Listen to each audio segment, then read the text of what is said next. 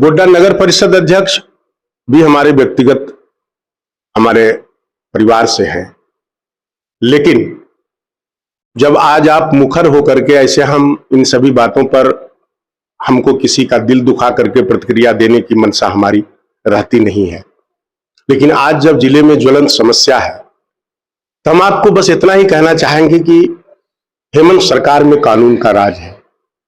कानून के साथ जो भी खिलवाड़ करेगा और सरकार के संज्ञान में यदि जनता उस समस्या को पहुंचाएगी तो उसका समाधान होगा। इस बात में कहीं कोई दुमत नहीं है कि वर्तमान नगर परिषद अध्यक्ष का कार्यकाल अत्यंत ही विवादास्पद रहा है। आज जो टेंडर प्रक्रिया की जो बातें सामने आई है कि जिस तरह से उसमें अनियमितता बरती गई है, ये परत दर परत, ये क्या पूरा नगर परिषद इनका कार्यकाल ही भ्रष्टाचार में संलिप्त रहा है। लेकिन चूंकि वही नहीं कहते हैं कि परिवार के लोग कहेंगे कि यही लोग अपने ही लोग हमारे ऐसे होते हैं, लेकिन जनता कब तक बर्दाश्त करेगी।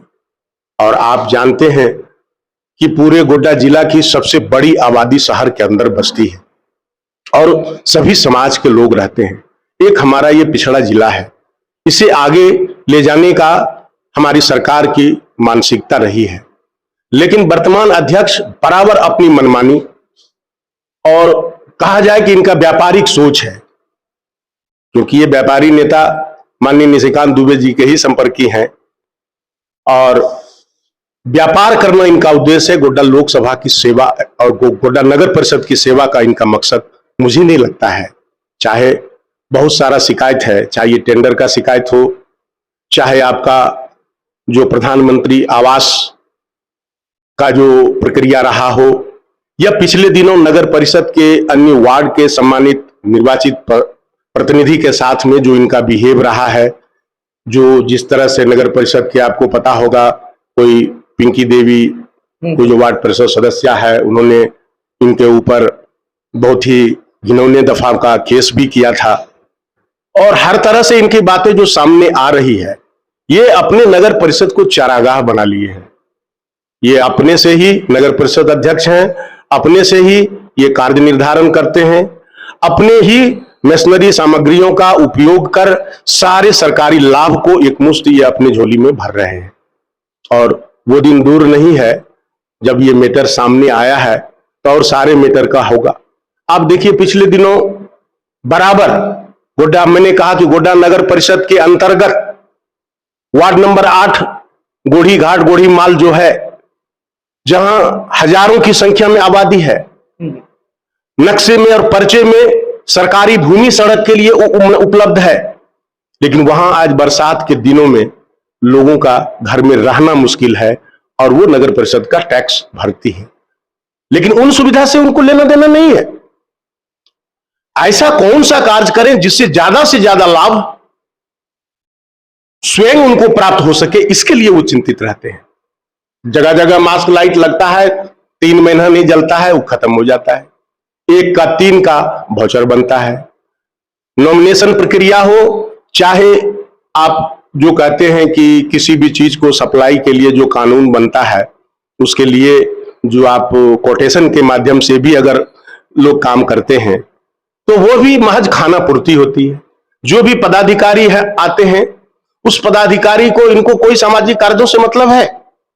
इवन मैं भी इस गोड्डा जिला का शांति समिति के सदस्य के रूप में जब कभी भी थाने से या प्रशासन के द्वारा बुलाया जाता है, कई बार मैं गया हूं, देखता हूं शांति समिति की बैठक में भी नगर अध्यक्ष उपस्थित नहीं होते हैं।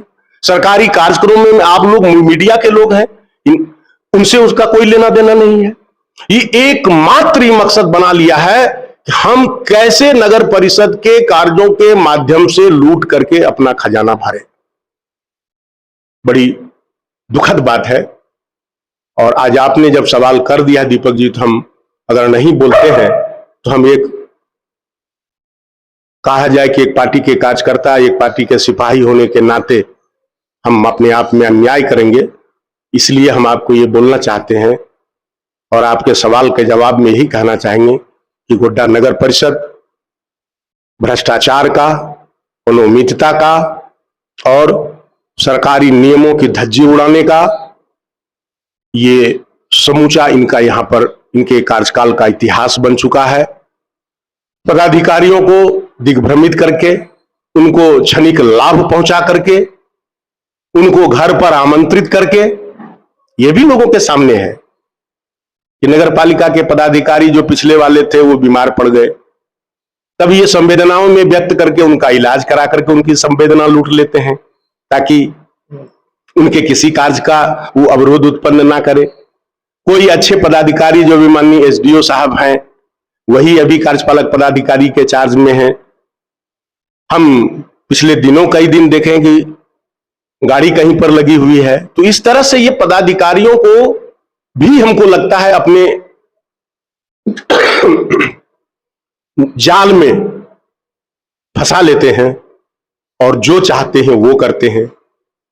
पिछले दिनों दुकान बंटवारे की बात हुई, आप मीडिया के सामने दिखा दिया गया कि लॉटरी के माध्यम से दिया गया, लेकिन वो लॉटरी क्या था आप लोग सब जानते हैं।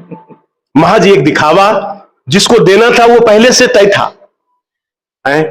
आज लोगों में मुझे मीडिया से ही सुनने में आया कि हम पेंशन का पैसा खा रहे हैं, लेकिन स्थिति तो यह है दीपक जी कि इनके नगर परिषद के कार्यकाल में ये आर्थिक आजादी पाने में पिछले सारे इतिहास को ही समाप्त करते हुए एक नया इतिहास लिख रहे हैं। और बहुत जल्दी है, ये गुड्डा है, दूध का दूध पानी का पानी होगा।